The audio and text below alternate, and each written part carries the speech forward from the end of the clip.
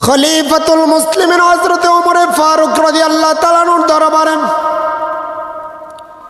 একজন মাজুসি অগ্নি পূজারক এসে গেলেন, যার নাম হলো আবু লুলু আল মাজুসি। এই অগ্নি পূজারক এসে ডাক দিয়ে বলতেছেন, খলিফাতুল মুসলিমিন, আপনি তো হলেন অর্ধ পৃথিবীর বাদশা, আপনার কাছে আমি একটা বিচার নিয়ে আসলাম, আপনি আমার এই বিচারটা সুন্দরভাবে করে দিবেন।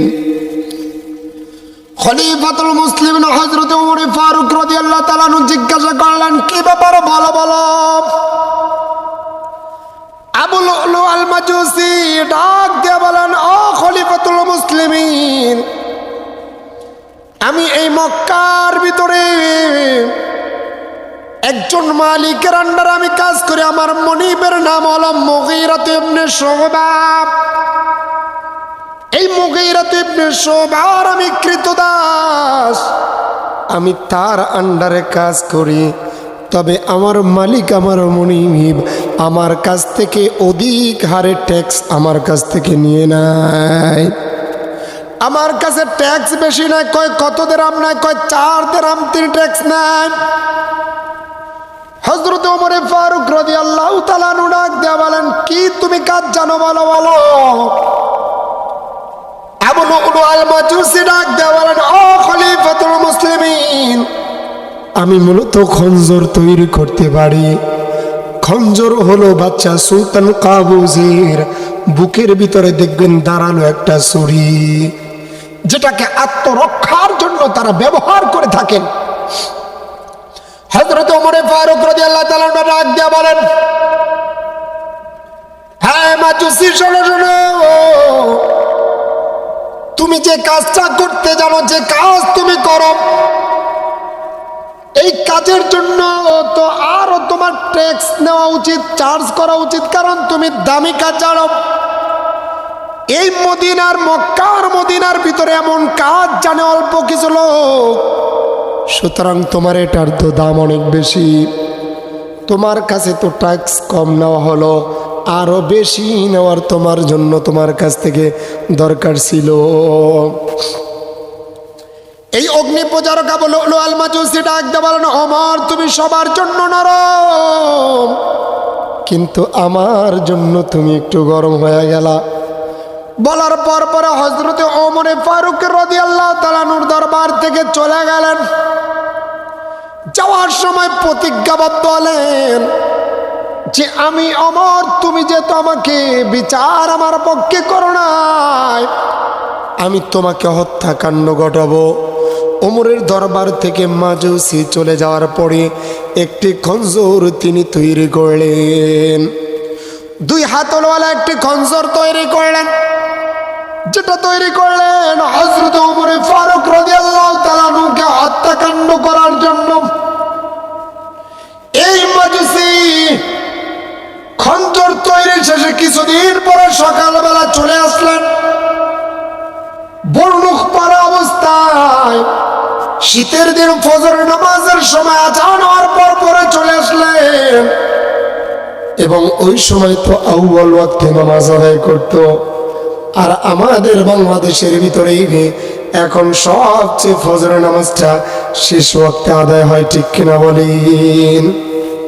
তখন এই নামাজগুলো মূলত আউয়াল ওয়াক্তে নামাজ আদায় করতেন, যখন একটু হালকা অন্ধকার থাকতো, এমত অবস্থায় তারা নামাজ সালাত আদায় করতেন। মুসলমান ভাইয়ের আমার, এই মাজুসি ঠিক ওমরের বরাবর, ইমামের বরাবর দাঁড়িয়ে গেলেন রুমাল পচিয়ে। যদিও সে অগ্নি পূজারক, সূর্যের পূজা করত, কিন্তু হযরত ওমরকে আক্রমণ করার জন্য সে ওই জায়গার ভিতরে চাদর মুড়িত অবস্থায় বগলের ভিতরে খঞ্জরটাকে নিয়ে তিনি নামাজে দাঁড়িয়ে গেলেন। মসজিদে নববীতে যখন হযরত ওমর ফারুক রাদিয়াল্লাহু তাআলা আনহু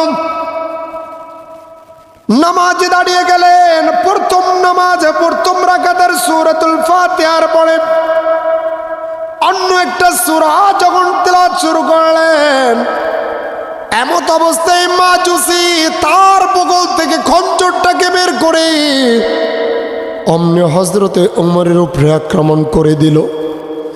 এক এক করতে করতে 4টা আক্রমণ করলো, যার ভিতরে একটা ছিল পাকস্থলিতে, বুকের ভিতরেও আঘাত করে দিল। হযরত ওমর ফারুক রাদিয়াল্লাহু তাআলা আনহু কাতরাতে কাতরাতে নামাজ থেকে জমিনে লুটিয়ে পড়লেন, আর ডাক দিয়া সাহাবীদেরকে বললেন, আমার সাথীরা শোনো, আমাকে একটা কুকুর আক্রমণ করেছে। এমনই সাহাবীরা যখন ধরাধরি করলাম, কাতার থেকে বের হয়ে যাওয়ার সময় এই মাজুসি তার তরবারিয়াটারে এভাবে চারদিকে ঘুরাতে ঘুরাতে যখন গেল, তাফসীরের ভিতরে এসেছে, মুফাসসিরিন ইকরামগণ লেখেন এই আঘাতের কারণে 7 থেকে 8 জন সাহাবী জায়গায় স্পট ডেড হয়ে গেল। 7 থেকে 8 জন সাহাবীর ওই জায়গার ভিতরে ইন্তেকাল করলেন।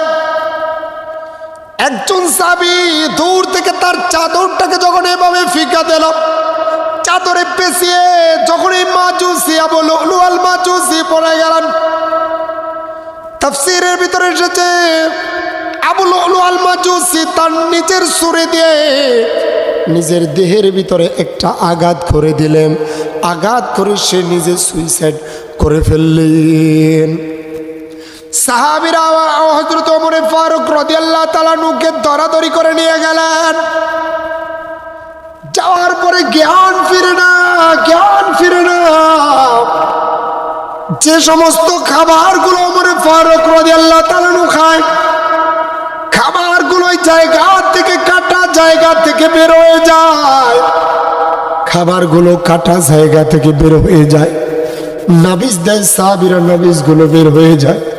হযরত ওমর ফারুক রাদিয়াল্লাহু তাআলা আনহু যখন জ্ঞান ফিরলেন, জ্ঞান ফেরার পরে সাহাবীদেরকে ডাক দেয়া বলতেছেন, এ আমার সাথীরা, আমার নেতৃত্বে যে ফজরের নামাজে দাঁড়িয়েছিলাম, 1 রাকাত নামাজ সম্পন্ন করেছিলাম, বাকি নামাজগুলো কি তোমরা আদায় করেছিলে কিনা? কি জিজ্ঞাসা করলেন? জিজ্ঞাসা করলেন আমার নামাজের পরে 1 রাকাত নামাজ আমি পড়েছিলাম, আমার নেতৃত্বে যে নামাজটা হয়েছিল তোমরা সেই নামাজ কমপ্লিট করেছি গেলে কিনা? এই ওমর তো জিজ্ঞাসা করেন নাই ডক্টর কো, বাবারে মাগরে গেলাম রে, আমার সন্তান আব্দুল্লাহ কই, আমার স্ত্রী কই, এগুলা কেউ জানেন নাই, জিজ্ঞাসা করেন না আমার সন্তানেরা কোথায়, আমার ডক্টরের ব্যবস্থা কি জানেন নাই। কিন্তু ওমর ফারুক রাদিয়াল্লাহু তাআলা আনহু বলেন, আমার নেতৃত্বে যে নামাজ কায়েম হয়েছিল তোমরা সেই নামাজটাকে পরিপূর্ণ করেছিলে কিনা? জিজ্ঞাসা করলেন আমার নেতৃত্বে যে নামাজ প্রতিষ্ঠিত হয়েছিল সেই নামাজ তোমরা কমপ্লিটলি করেছিলে কিনা? কিন্তু মুসলমান ভাইয়ের আমার, আমরা তো আমাদের কোনো কিছু হওয়ার আগে বলি, এখন তো এমন অপুরুত্ব বাবা আছেন এখানে, হুজুর আমার এখন আর কোনো মনে আসা নাই, আমার মেয়েটাকে যদি বিয়ে শাদী দিয়ে যেতে পারতাম তাহলে মইরা গেলেও আমার কোনো আফসোস লাগতো না। বলে কি বলে না, হুজুর আমার ছেলেটাকে যদি একটু বিদেশে পাঠাইতে পারতাম, ইউরোপে পাঠাইতে পারতাম, তো তাহলে মইরা গেল আর আফসোস থাকতো না। আরে বইরা, ও বইরা মূলত নামাজও পড়ে না, নিজের নামাজ নাই, ইমান নাই, আমল ঠিক আছে কিনা, কবরের জবাব দিতা কি জবাব দিবে কবরের ভিতরে, এই কথাটা তার ভিতরে নাই, তার জানারও মূলত আগ্রহ নাই। কিন্তু সে বইরা কয় আমার এই কাজটাও হলে মইরা গেলেও আফসোস নাই। আমার আল্লাহ রাব্বুল আলামিন পয়গম্বরকে জানিয়ে দেন, পয়গম্বর ডেকে বলেন আউয়ালু মা ইউহাসা ইউহাসাবু বিহিল আবদু ইয়াউমাল কিয়ামাতিস সালাহ। কিয়ামতের ময়দানে বান্দা সর্বপ্রথম নামাজের হিসাব হবে। এ বান্দা, কিয়ামতের ময়দানে সর্বপ্রথম তোমার নামাজের হিসাব হবে।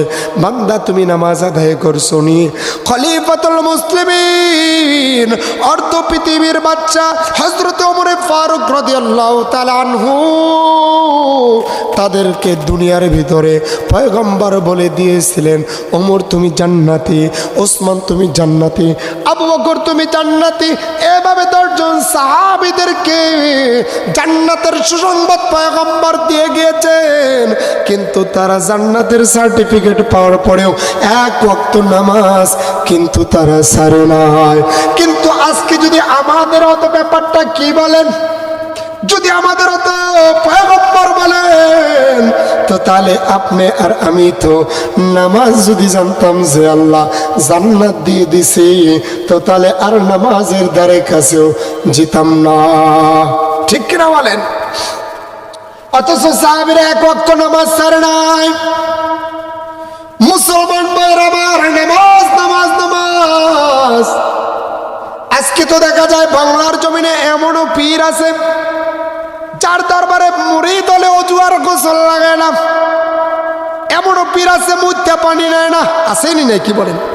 একজন টাটকা শয়তান পীর বলে, হুসাইন কারবালার ময়দানে যে জায়গার ভিতরে পানি পানি করে চিল্লাইছে, পানি ছাড়া যে হুসাইন মারা গেল, ওই পানি আমার লজ্জা স্থানে কিভাবে আমি মিশাবো? এমনও পীর আছে। কি বলেন? আমার জমিনে এমনও পীর আছে কয় দিল হুজুরি নামাজ আদায় করি। এরা বলে কয় এমন পীর আমার পীর, যে পীর দিল হুজুরি নামাজ আদায় করে। দিল হুজুরি নামাজ কয় আটতে পড়তে আমার পীর সাহেব নামাজ পড়ে। আমি আপনাদেরকে বলবো, পয়গম্বর যতদিন বাঁচা ছিলেন দুনিয়ার ভিতরে, আপনার আমার নবী যখন মৃত্যুর আগ মুহূর্তে অসুস্থ হয়ে গেলেন, পয়গম্বর মা আয়েশা সিদ্দিকা রাদিয়াল্লাহু তাআলা আনহুর গারে বর দিয়ে দিয়ে মসজিদে নববীর কাছে এসে ডাক দিয়ে বলেন, সালাত সালাত সালাত। ডাক দিয়ে বলেন, আয়েশা রে, আমার সাহাবীরা নামাজ প্রতিষ্ঠিত করছেনি। হযরতে আবু বকর সিদ্দিক আকবর, হযরতে আবু বকর তার নেতৃত্বে নামাজ যখন প্রতিষ্ঠিত হলো, আপনার আমার পয়গম্বর মা আয়েশা সিদ্দিকা রাদিয়াল্লাহু তাআলা আনহার গারে বর দিয়ে দিয়ে নামাজের দিকে চলে আসলেন। নামাজ আদায় করলেন, নামাজ আদায় করলেন। আর আজকে আমার দেশের ভিতরে এমনও পীর আছে যে পীর বলে কয় আমার দরবারে মুরিদ হলে অজু আর গোসল লাগে না। খাজা বাবার মুরিদ হলে অজু গোসল লাগে না। পানির নিচে মোমের বাতি বাউ বাতাসে নিবে না। যে পীর বলবে নামাজ লাগে না, রোজা লাগে না, ওটা পীর না, ওটা হলো টাটকা শয়তান। ঠিক কিনা বলেন?